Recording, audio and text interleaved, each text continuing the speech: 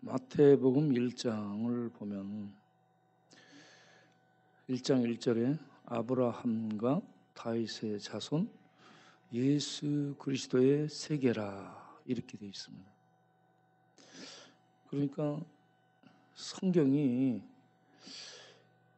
구약 성경은 오실 예수 그리스도를 말씀을 해주고 있죠.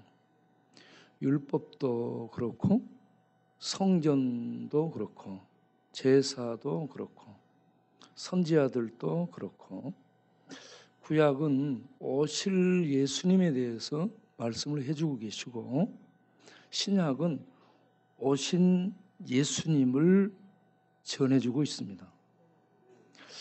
그러니까 구약은 이렇게 예언을 하셨고 신약은 예수님이 오셔서 예언대로 오셔서 그 목적하신 바를 이루셨다 하는 내용을 보도해 주고 있죠.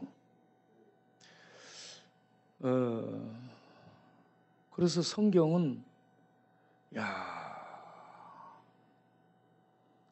이 전체가 일관된 주제를 가지고 쭉 진행되고 있음을 알 수가 있습니다. 구약은 1400년경부터 모세를 통해 썼고 신약은 AD 100년경까지 사도와 준사도에 속한 사람들에 의해서 썼어요. 1500여 년간에 걸쳐서 성경이 써졌잖아요. 그러면 인간은 100년도 못 살고 죽는데 이 인간들은 죽어버리고 나면은 사상과 그 의미들이 끊어져 버리잖아요. 죽어버리면. 그런데 성경을 읽으면 사람들은 죽었는데 인간 역사는 죽음으로 끝났는데 그 성경 속에 흐르고 있는 맥, 그 물줄기 같은 지하수처럼 역사의 그 지하수처럼 쭉 흐르고 있는 그 일맥상통한 줄기가 쭉 진행이 되고 있어요. 이걸 일관성이라 하잖아요. 이 주제가 하나님과 인간에 대해서 다루면서 하나님이 인간을 죄에 빠진 인간을 구원한다라는 하나님의 구원 역사를 구약에서는 오실 그리스도를 쭉 예언하고 있고 시대별로 신약에서는 오신 예수님을 쭉 보도를 하고 있는데 이게 역사가 단절되지 않고 인간은 죽었음에도 불구하고 그 내용이 일관되게 쭉 이어지고 있다. 지하수가 끊어지지 않는 것처럼 그 핵심 내용이 하나님이 죄에 빠진 인간을 구원하신다. 이런 하나님의 구원 역사를 쭉 쓰고 있다는 얘기입니다. 그래서 성경 이거 누가 썼을까 이런 생각이 들잖아요. 인간이 썼는데 인간은 죽어요. 그러면 단절돼. 이 어떤 사상 시대 주장들이 끊어지고 단절되는데 이게 사람은 죽어 사람이 썼는데 죽은 사람들은 죽어나갔는데 이 내용 맥이 쫙 이어지고 있어요. 그러면 누군가 살아있는 분이 이걸 주도하시며 썼다는 얘기죠. 그러면 사람은 죽어나갔는데 죽지 않고 이걸 쓰고 계신 분이 누굴까요?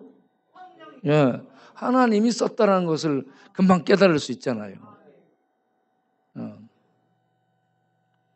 그래서 성경을 읽게 되면 생각을 많이 하게 되잖아요. 이 성경을 쓴 저자는 죽었잖아. 그런데 그 다음 세대에 태어나는 사람들에게 시대와 역사, 시간 이런 차이가 많은 갭이 있는데 전해주지도 않았는데 어떻게 그들이 알고 이런 것을 맥을 이어서 쭉 이어서 썼을까? 이런 생각을 하게 되면 가만히 많이 걸음을 걷다가 멈춰지잖아요. 생각이.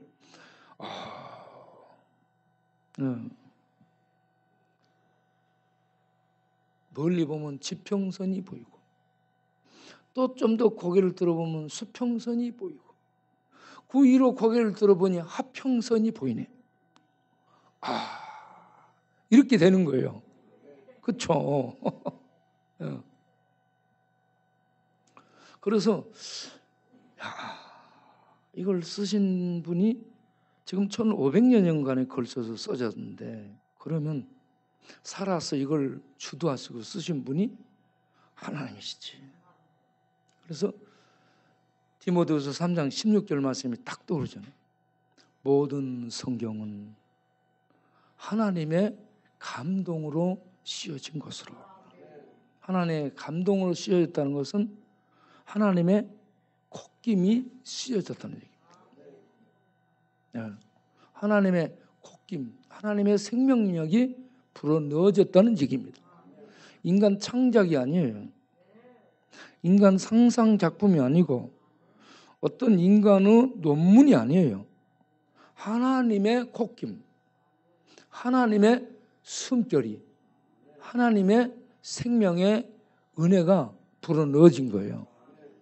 그래서 그 저자들이 자기의 지혜, 자기의 단어, 자기의 문장, 그 시대의 역사, 그 시대의 정치, 그 시대의 종교적 상황, 그 시대의 경제, 그 시대의 어떤 이 전쟁 상황, 그 시대에 어떤 악을 행하거나 선을 행하는 이런저런 상황들을 전부 망라해서 적어 넣었는데, 하나님이 이걸 지도 감독하셔가지고 그들을 감독하셔가지고 하나님의 뜻을 쓸 수 있도록 역사하신 겁니다.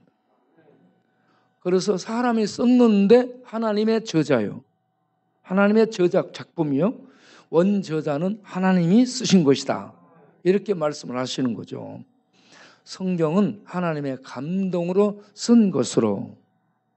교훈은 뭐냐면 기본, 텍스트, 원칙이란 얘기예요. 원칙을 가르치는 걸 교훈한다라고 얘기하는 겁니다. 학교 교과서는 원칙을 가르치는 거예요. 왜 빙점을 쓴 미우라 아야코가 교편을 잡다가 학교 교사를 그만둔지 아세요? 일본 정부에서 가르쳐준 교과서 내용이 진리인 것으로 알았어요. 진리로 알고 그걸 학생들에게 가르쳤어요. 그런데 이 전쟁에서 일본이 지고 난 다음 미 군정에 강대국 입김이 들어오니까 교과서 내용이 바꿔지는 거야. 교과서 내용이 바꿔지네? 그러면 지금까지 믿고 가르쳤던, 진리로 가르쳤던 교훈들, 학생들에게 이게 가짜가 된 거야. 그래서 자기가 교편 생활을 할 수 없게 된 거예요. 진리가 흔들려 버리니까. 그래서 교편 생활을 던진 거예요. 그만한 거예요. 왜? 진리를, 이 교훈, 기본 원칙을 믿을 수가 없는 거예요. 우리나라 국정교과서, 진리인 것처럼 배우는 교과서가 정치의 어떤 그 시대의 정치의 입김에 의해서 들어가고 나가고 하면서 내용들이 달라집니다. 이게 진리가 아닙니다. 그래서 성경은 하나님의 감동으로 된 것으로 모든 인간들이 듣고 배우고 따라야 될 기본 원칙, 프린시플, 원칙을 기록을 한 겁니다. 그 원칙을 가리킬 때 교훈한다라고 얘기하는 겁니다. 아무나 막 썰 푸는 거에 교훈이 아니고 하나님의 원칙, 말씀을 가르칠 때에 교훈한다라고 얘기합니다. 그래서 이 하나님의 원칙을 교훈으로 줬는데 이걸 잘 못했어요? 그러면 책망이 들어가는. 책망이 뭐예요? 꾸짖다, 지적하다. 이렇게 꾸짖어서 지적하는 겁니다. 책망. 옛날에 서당에서 이 훈장들이 불러가지고 종아리 걷어 해가지고 착 때렸죠. 훈장이 없는 집안은 아버지가 그렇게 했죠. 저는 우리 아버지한테 무지 맞았습니다. 맨 사고를 쳐서 하지 말라는 것만 골라서 해가지고. 그래가지고요. 대나무로 맞고 산에 가면 쌀이때 빗자루 만드는 거 있잖아요. 쫙 감기는 거. 네. 이런 것으로 맞고 나면 터져요. 저녁이면 그거 터져가지고 이렇게 아버지 이제 옷을 내리고 안티프라민을 갖다 발라줘요.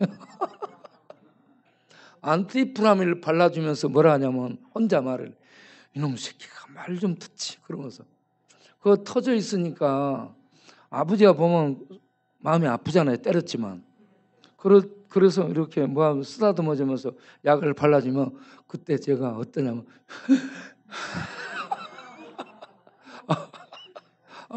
그러면서 이제 잠드는 거야. 이게 이 책망하는 겁니다. 책망 속에 사랑이 들어있으면요 교육이 됩니다. 그래서 사랑으로 교육을 책망을 하게 되면 사람이 돼요. 그런데 책망이 사랑이 없이 하게 되면 반감이 생기죠. 집 나가버리는 거야. 뭐라고 집 나갑니까? 네가 아버지야? 그러면서 집 나가라.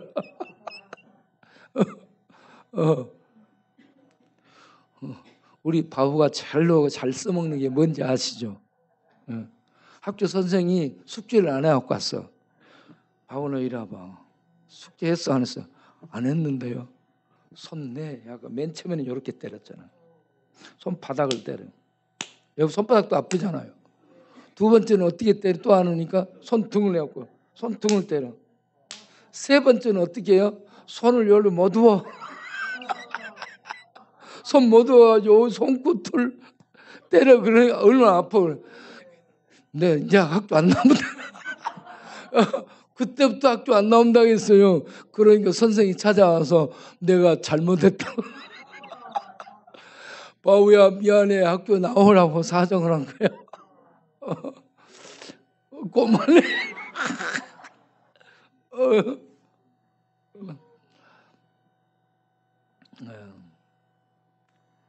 네, 우리가 이렇게 사랑으로 매를 맞고 책망을 받는 겁니다. 네.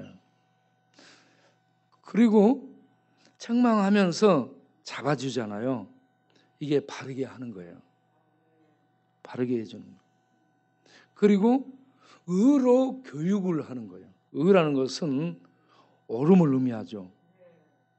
옳음이 세상적 이 어떤 개념에 의해서 이거 이렇게 하면 옳겠지 이런 옳음이 아니고, 네?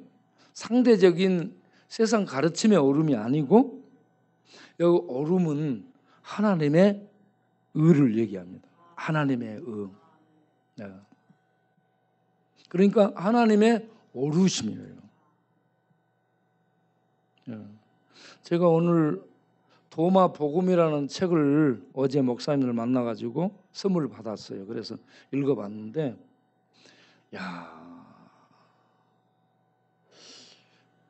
이 도마 복음이 왜 정경에서 빠졌는지를 알겠어요. 네. 도마 복음.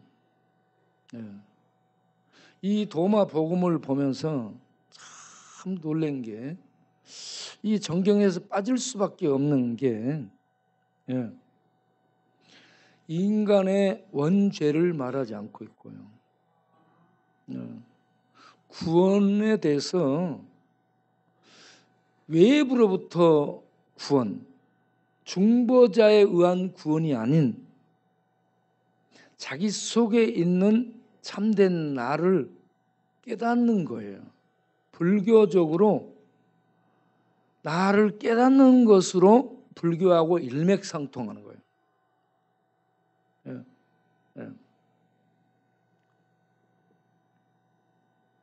뭐 동학사상이나 이것도 전부 들어가 있어요.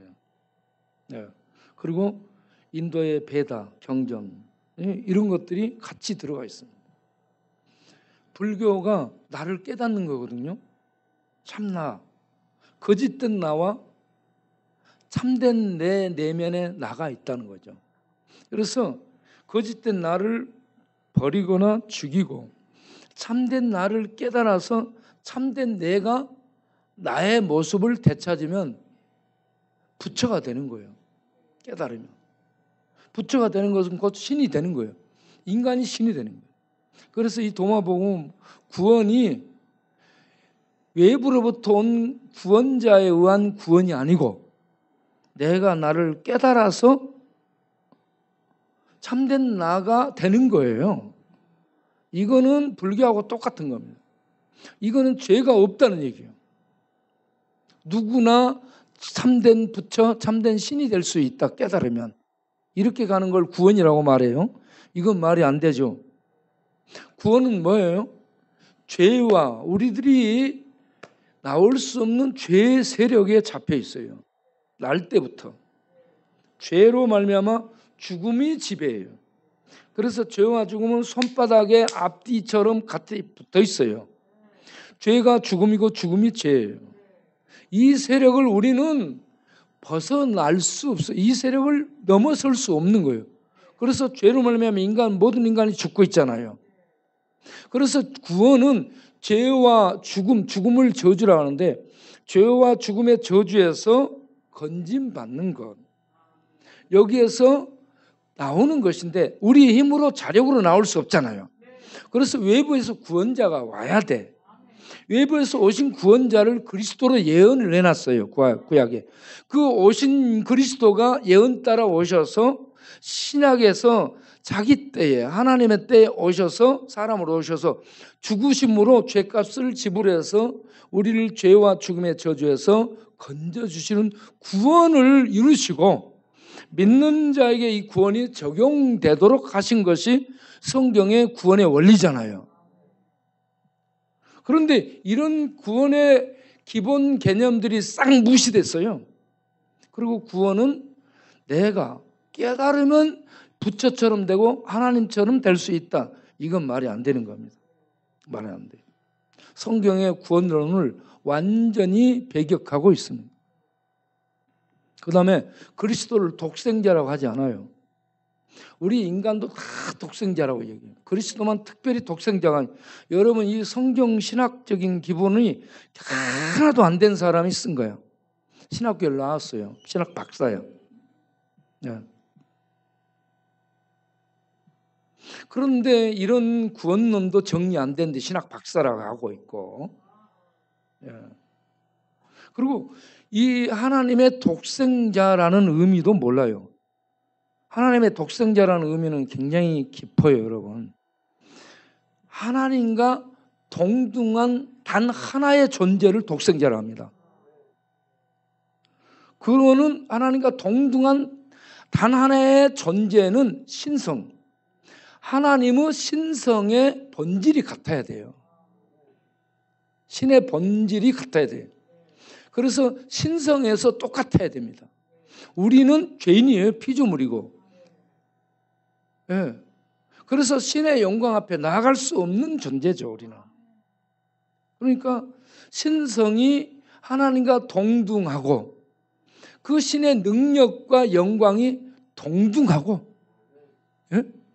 신의 존재에서 영원 속에서 차등이 없이 없던 때가 없이 항상 같이 존재하신 영원 자존자여야 신입니다. 우리 인간은 피조된 자죠. 만들어진 존재. 스스로 있는 자가 아니에요. 이렇게 영원 속에서 존재자로 신의 본성을 가지고 그 능력과 그 신성을 가지고 존재하는 그런 신이어야 신이에요. 이런 신과 동등한 자가 하나님의 아들 독생자입니다. 네. 그래서 예수라는 이분이 하나님의 아들이 오셨는데 들어가서 본질을 파악해 보니 신과 동등한 존재더라.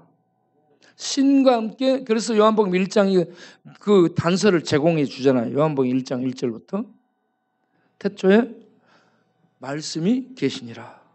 이 말씀이 하나님과 함께 계셨습니다. 이 말씀은 곧 하나님이시다. 그가 태초에 하나님과 함께 계셨고 만물이 그로 말미암아 지은 바 되었으니 만들어진 것이 하나라도 그가 없이는 된 것이 없느니라. 존재자로 계신 여호와예요, 이 말씀은. 그리고 그 여호와께서 천지를 만드셨어요. 창조주입니다. 그 창조주 하나님을 창세기 1장 1절에서는 뭐라고 해요? 태초에 하나님이 천지를 창조하시니라. 이렇게 말씀이죠. 그런데 태초라는 시작점에 천지, 하늘과 땅 공간을 만드신 그 분이 하나님은 영원 속에 계신 자존자입니다. 그래서 그 이름을 출애굽기에서 계시하죠. 그 하나님을 이스라엘 백성에 뭐라고 내가 알려야 됩니까 하는 게 나는 여호와라. 스스로 있는 자다.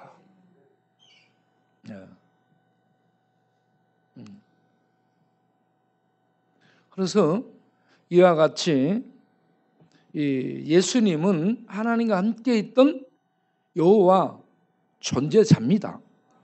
그리고 천지 만물을 만드신 엘로힘 하나님 당신 자신이에요. 삼위일체 하나님이 신은 한 분이 아니고요. 세 존재예요. 성부, 성자, 성령이 세 존재로 인격적으로 계시는데 신성이 하나예요. 능력이 하나, 영광이 하나. 그런 본질이 같아. 본질이 같으면 신비롭게 연합해 계셔. 그래서 삼위일체 신이시죠. 유일하다 하는 얘기는 여호와 하나님만이 신이고 나머지는 신이 아니라는 얘기잖아요. 이 여호와 하나님이 독생자를 보낸데 이 독생자가 하나님과 동등한 자더라. 그래서 하나님과 동등한 자는 하나님의 아들 예수더라. 그럼 우리는 누구요? 우리가 하나님과 동등한 자예요? 그러면 로마서 3장 23절에 왜 나왔어요? 로마서 3장 23절을 보겠어요? 모든 사람이 죄를 범하였음에 하나님의 영광에 이르지 못하더니 했죠. 하나님의 영광은 뭐예요? 신의 현현, 신의 면전을 얘기하는 겁니다. 신의 얼굴을 보는 걸 신학적으로 하나님의 영광을 보다 이렇게 표현합니다. 신의 얼굴, 하나님의 얼굴. 그런데 하나님의 얼굴을 볼 수 있어요, 없어요? 죄인은 하나님의 얼굴을 못 봅니다. 그런데 하나님의 얼굴을 보지 못하는 하나님의 영광 앞에 설 수 없는 문제가 뭐 때문이에요? 죄 때문이죠. 죄의 부정, 불결, 더러움 때문이잖아요.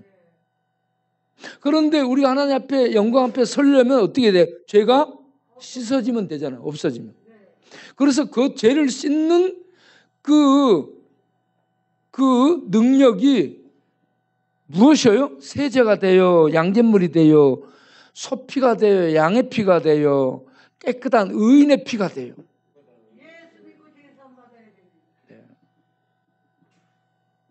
우리들의 죄는 원죄, 자범죄.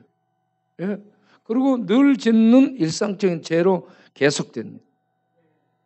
이 모든 죄는 먹보다도 더 검은, 이 먹보다도 더 검은 죄를 씻어줄 수 있는 세제가 있어요, 없어요? 하늘에만 있죠. 세상에 대기업에 있어요, 없어요? 어떤 누구도 개발을 못해. 하와이에 가면은 유명한 회사가 다 있어. 스티브 잡스 애플사가 있어요. 구글이 있어요. 아마존이 있어요. 그리고 또 마이크로소프트사가 있어요.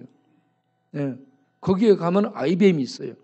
모든 지금 우리 컴퓨터 이 인터넷 속에 들어가면, 핸드폰 속에 들어가면 뜨는 것들 있잖아요. 모든 뜨는 그 회사가 하와이 군도 거기에 있습니다. 하와이. 그런 회사가 최고의 앞서가는 그런 빛의 지혜를 얻어가지고 이런저런 걸 개발해. 그런데 인간의 죄를 씻어주는 제품을 만들어서 세상에 배포할 수 있어요, 없어요? 없어요. 그거는 하늘의 영역입니다. 하나님 외에는 못하는 거예요.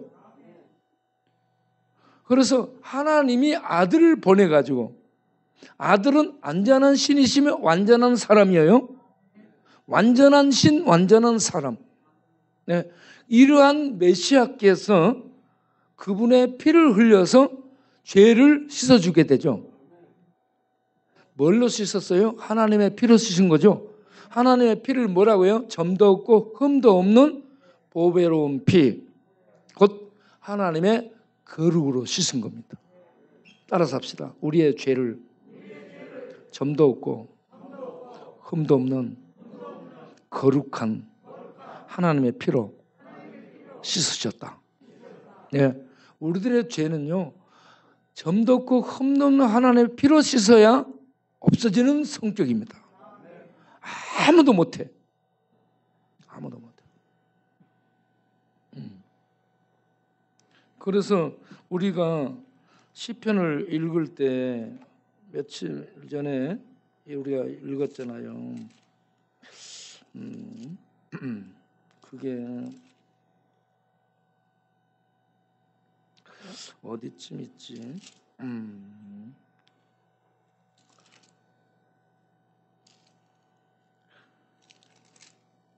생각이 나야 될 텐데.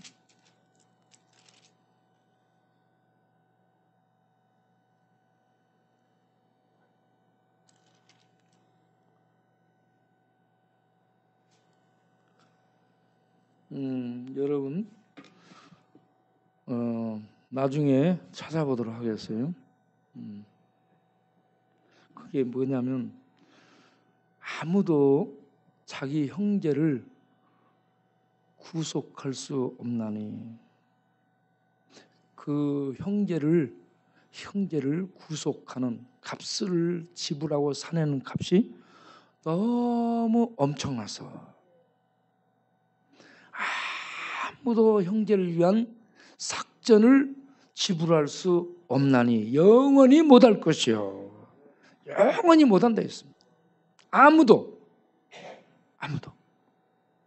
네. 그런데 하나님은 하실 수 있다. 하나님이 가장 귀한 아들을 보내서 우리의 삭전, 죄값으로 요구하는 그 싹을 지불하게 하신 거예요. 아들의 생명이 들어가. 아들의 흠없는 피가 흘려져. 아들의 목숨으로 죄값을 지불하고 아들의 흠없는 피로 우리의 죄를 씻으셔서 믿는 자에게 죄의 사함의 효력이 나타나게 하는 이게 구원의 공식입니다. 이런 공식을 무시해버린 게 도마복음이에요. 그래서 이거는 정경에 들어오면 안 됩니다. 네. 하나님의 아들 예수를 독생자라고 하지도 않고 하나님의 구원을 외부에서 중보자, 아들을 보내서 우리를 구원하는 이런 구원이 아닌 속에 있는 나를 깨달아서 이 내가 참 나로 이 들어서게 되는 이걸 깨달음을 통해 구원에 이른다. 이런 말도 안 되는. 예. 불교요, 불교 용어하고 똑같은 거예요. 불교 서적이더라고.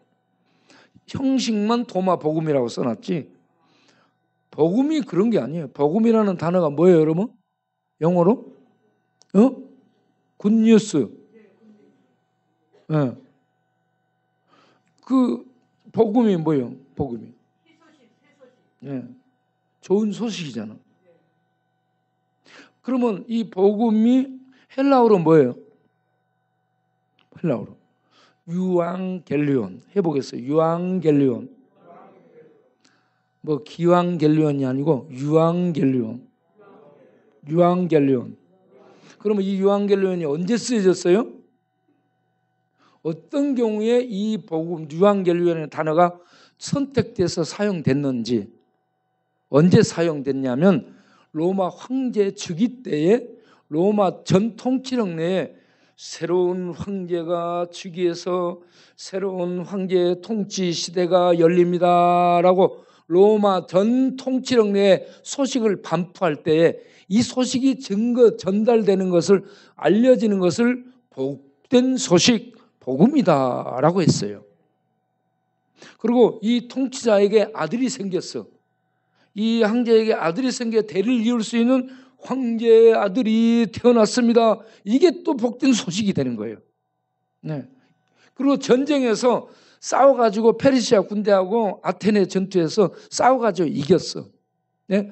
이러한 이 전승의 그 복된 소식, 이런 것들을 로마의 굿뉴스, 복된 소식이라 했어요.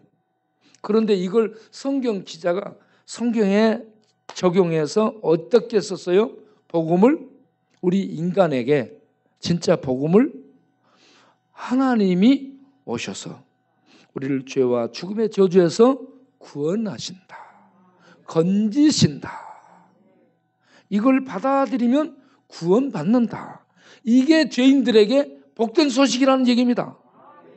네, 그래서 이런 기본 개념들을 전혀 모르는 신학 박사가 썼어, 도마복음. 여러분 신학 박사라고 다 믿지 마세요.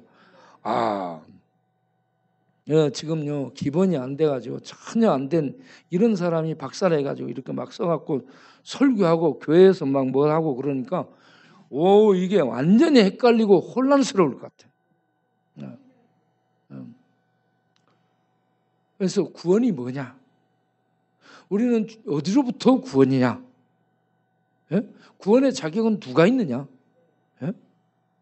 무엇으로 구원받는가? 이런 것들을 분명히 알아야 됩니다. 그래서 우리들은 하나님의 영광 앞에 설 수 없는 죄인이에요. 피조물이고 신하고는 너무너무 다른 신의 그 얼굴 앞에 설 수 없는 저주받은 존재가 우리 인간입니다. 그리고 저주 속에 태어나는 존재, 운명적 존재입니다. 저주 속에 태어났기 때문에 아무리 용을 써도 지옥으로 떨어지는 운명을 갖고 있는 불쌍하고 비참한 존재입니다. 그런 우리를 예수라는 구원자를 보내서 믿으면 구원받게 된다. 그래서 하나님의 자녀의 영광을 얻고 하나님의 자녀가 되면 하나님과 함께 사는 나라 천국에서 살 수 있게 된다. 이걸 구원이라고 말하죠. 그래서 죄를 씻는 것은 하나님의 독생자의 피로 씻고 죄값을 지불하는 것은 하나님의 아들의 목숨으로 지불하고 그렇게 씻어서 우리들의 죄, 더러움에서부터 깨끗하게 씻김을 받는 이러한 거룩으로 씻겨지는 이것을 죄사함이라고 얘기합니다. 이거는 근본적인 겁니다. 그리고 이제 죄사함을 입은 이런 하나님의 백성들이 하나님 앞에 설 수 있도록 입는 옷이 의여요. 의로움입니다. 이 의로움이 뭐냐? 하나님의 오름이에요. 우리 인간이 생각할 때 이것 오라, 이것 좀 봐라, 이것 착해, 이건 맞아, 이런 것을 말하는 것이 아니고 하나님의 오름입니다. 이게 무서운 거예요, 이 의라는 단어가. 그래서 이 복음에 로마서 1장 16절 17절을 보면 내가 복음을 부끄러워하지 아니하노니. 왜 부끄러워하지 않아요? 이 복음은 모든 믿는 자를 구원하는 하나님의 능력이 되기 때문이다.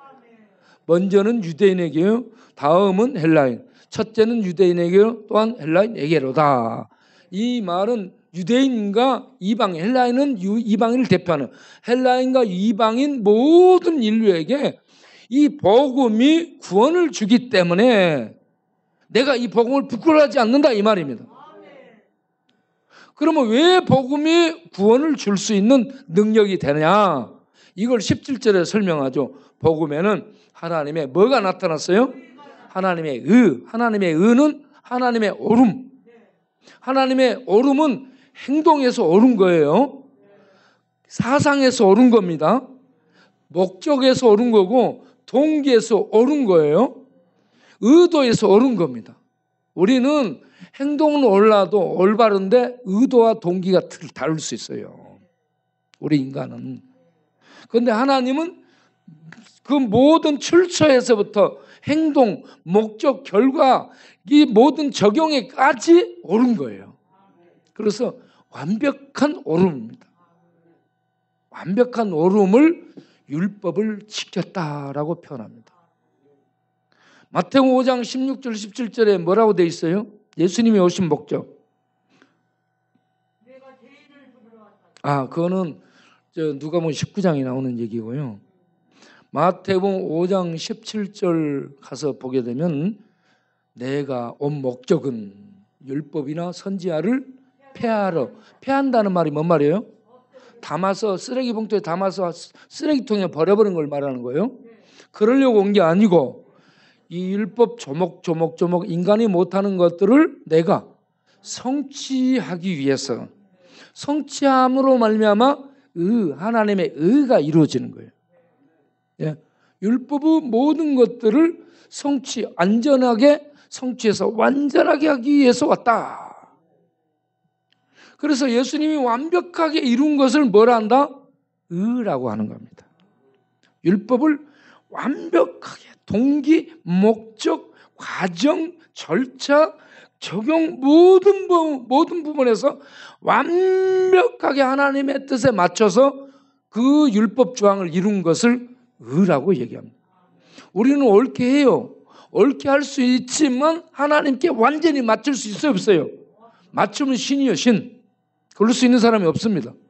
아무리 옳아도 옳지 않아요. 이해되시죠?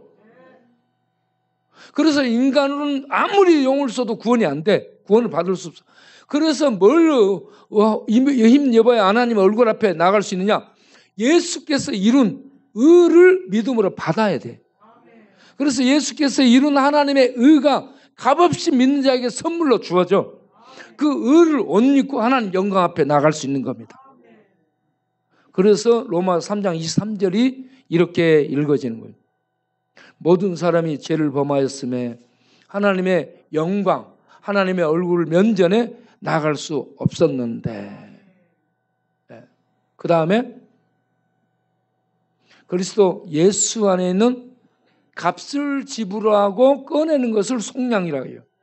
예수께서 값을 지불하고 죄의 저주에서 꺼내신 속량으로, 구속으로 말미암아. 속량이라는 단어와 구속이라는 단어는 똑같은 말이에요. 속량으로 말미암아 값없이 하나님의 은혜로 값없이, 이것이 하나님의 은혜로 우리에게 준 거라는 얘기입니다. 우리가 행동으로 그걸 따낸 것이 아니고, 우리가 막 노력하고 애쓰고 잘해서 얻어낸 것이 아니고 값없이 뭘로 줬다? 따라서 은혜로. 뭘 주신 거요? 하나님의 의를 뭘로 줬어요? 은혜로 줬어요. 은혜라는 것은 뭐예요? 은혜 수포에 가면 있잖아.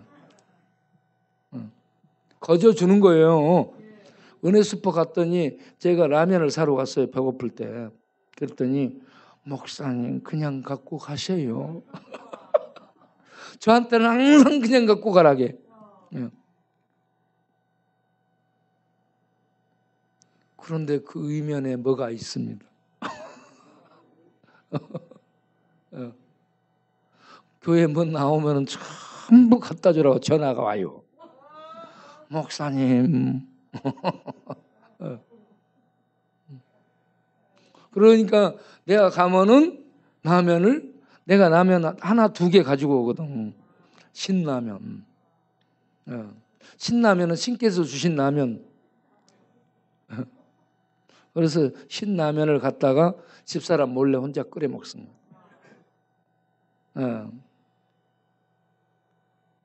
저녁에 자다 보면 배고프잖아. 배고프면 잠 자요, 못 자요? 못 자잖아. 그럴 땐 라면 생각나잖아요. 햄버거 생각나잖아. 예. 그런데 뭐 할 수 없으니까 라면 사다 끓여 먹는 거예요. 그리고 어쩔 때는 김치찌개가 먹고 싶어. 김치찌개가 딱 우리의 해롱이 생각이 나요. 밤중에 해롱을 할 수도 없잖아. 사다 놓은 것도 없고. 예, 어디로 먹으러 갈 수도 없고. 그래서 라면 먹고 가자. 이렇게 때우는 거예요. 예. 여러분 밤중에 자다가 배고프면 저를 부르세요. 같이 라면 끓여 먹든지, 뭐 하게. 예. 그러니까 은혜 수퍼, 은혜 수퍼가 참 이름이 좋아요. 은혜. 예. 그럼 이 은혜가 뭐예요? 거저 준다라는 말은 행동하고 다른 거예요. 행동은 뭐예요?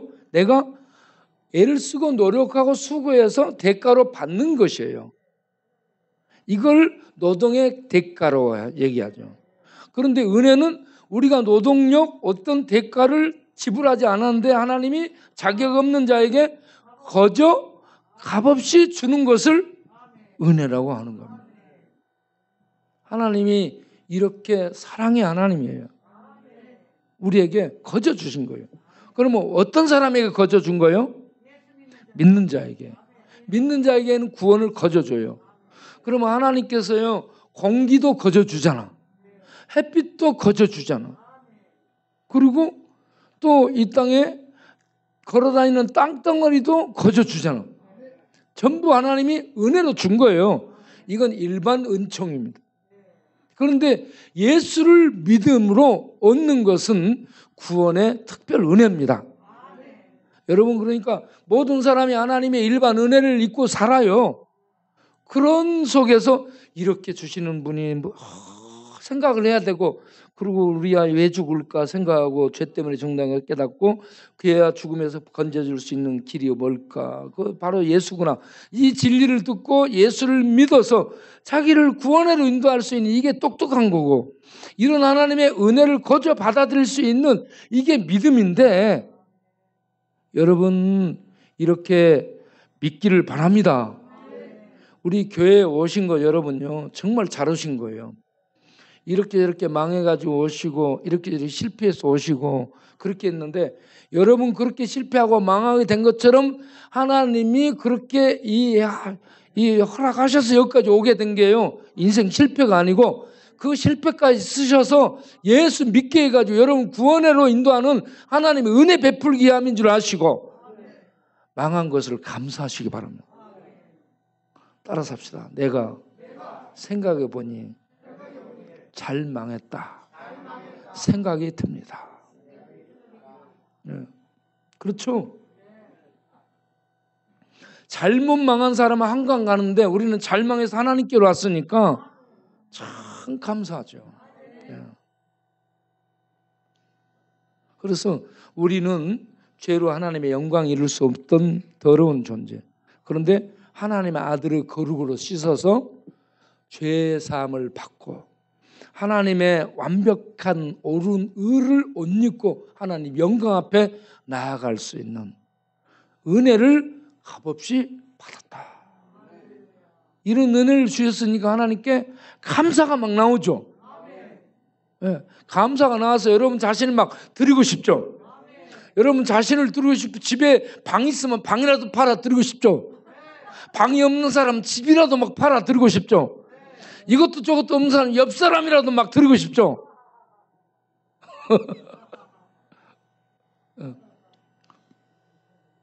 그래서 우리가 은혜를 받고 나면 하나님께 감사로 막 드리고 싶어집니다.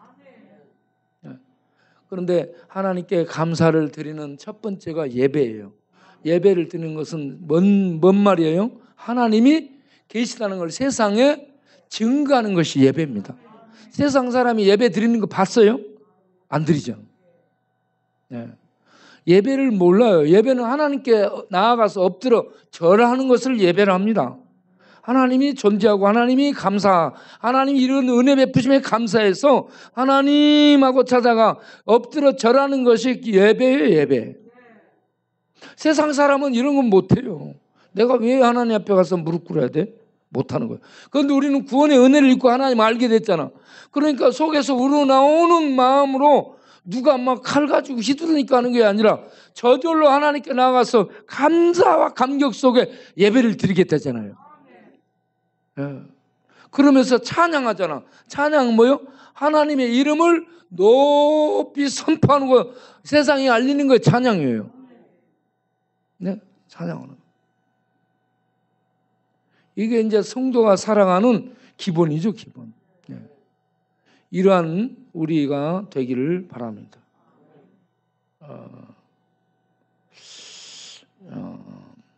오늘 시편을 읽었죠. 내가 지금 오늘 간단하게 단톡에 써서 올린 거 설명할 내가 지금 5분 내로 설명하겠습니다. 띄워줘 보세요. 방송실에 있는 사람이 다르네. 도구인 줄 알았더니 방송실에 누가 있냐면 주안에 있는 나에게.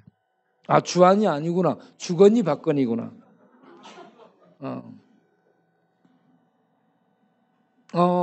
있구나. 시편 76편 8절에 시편 오늘 76편 8절이 뭔 말이에요? 76편 8절에 뭐라고 되어 있냐면 주께서 하늘에서 판결을 선포하시매 땅이 두려워 잠잠하였나니. 이 판결이 뭐냐? 판결은 심판을 의미합니다. 하늘에서 심판을 하나님이 선포한다는 거예요. 선포라는 단어는 쉐마, 들으라 이 말입니다. 하나님이 선포할 때니까 너희 들으라. 들으니까 하나님이 심판하신다니까 잠잠해지더라. 잠잠하다는 말은 고요하다는 얘기인데 어떤 고요하냐? 하나님이 심판하신다니까 그 앞에 서서 숨소리도 내지 못하는 상태를 얘기하는 겁니다. 예? 여러분 법정에 가도 사람들이 숨소리 못 내죠. 하나님의 법정에 있으면요 털도 숨을 못 쉬게 되는 거예요. 예. 예. 하나님의 그 어미로우심이 너무 크시기 때문에 그렇습니다. 다 그 다음을 보세요. 두려워 잠잠하게 됐다. 그리고 76편 6절을 보게 되면 야곱의 하나님이 주께서 꾸짖으심에, 야곱의 하나님은 언약의 하나님을 얘기해. 이스라엘의 하나님이 꾸짖었다. 꾸짖다라는 단어. 오늘 꾸짖었다라고 했는데 꾸짖다라는 단어는 게하라 해가지고 리뷰해서 이게 꾸짖다라는 얘기입니다. 뭐냐? 하나님의 명령은 능력을 말합니다. 하나님이 꾸짖는 거예요. 꾸짖는데 그 꾸짖음 속에 능력이 들어있습니다. 자, 그래서 보세요. 그 다음을 올려보세요. 실제 하나님이 꾸짖다라는 단어를 이렇게 썼습니다. 바다를 마르게 하는 겁니다. 하나님이 홍해 바다를 꾸짖죠. 그러면 바다가 말라버리는 거야. 하나님의 능력이 꾸짖음이 단순한 꾸짖는 거 아니고 능력으로 꾸짖으니까 바다가 말라버려요. 하늘이 두렵게 떠는 거예요. 하늘이 떨어요. 예? 전사가 넘어지는 거예요. 힘을 잃고. 말과 마병들이 힘을 잃고 이와 같이 넘어지고 군대가 싸울 힘을 잃어버리는 것을 의미하는 겁니다. 하나님이 꾸짖으면 그렇습니다. 그 다음을 보세요.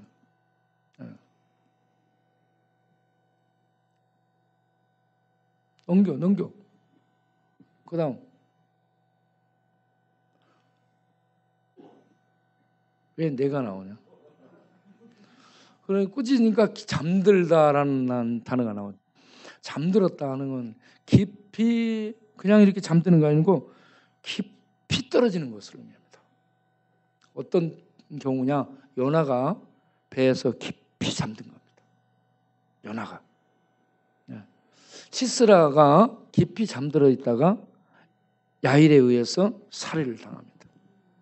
그 다음 선지자가 신의 현현 앞에서 하나님을 만나가지고 하나님의 어떤 계시, 꿈으로 환상으로 어떤 비몽사몽 중에 하나님의 나타나면 그 앞에서 사람들이 쓰러지는 거예요. 이런 하나님 앞에서 무의식적으로 쓰러지는 상태. 그리고 오늘 읽은 시편 76편 6편에 죽음의 잠 속에 떨어지는 겁니다. 이것을 깊이 잠들다라고 얘기하는 겁니다. 그리고 시편 76편 7절을 보면 경외 받으실이라고 나오죠.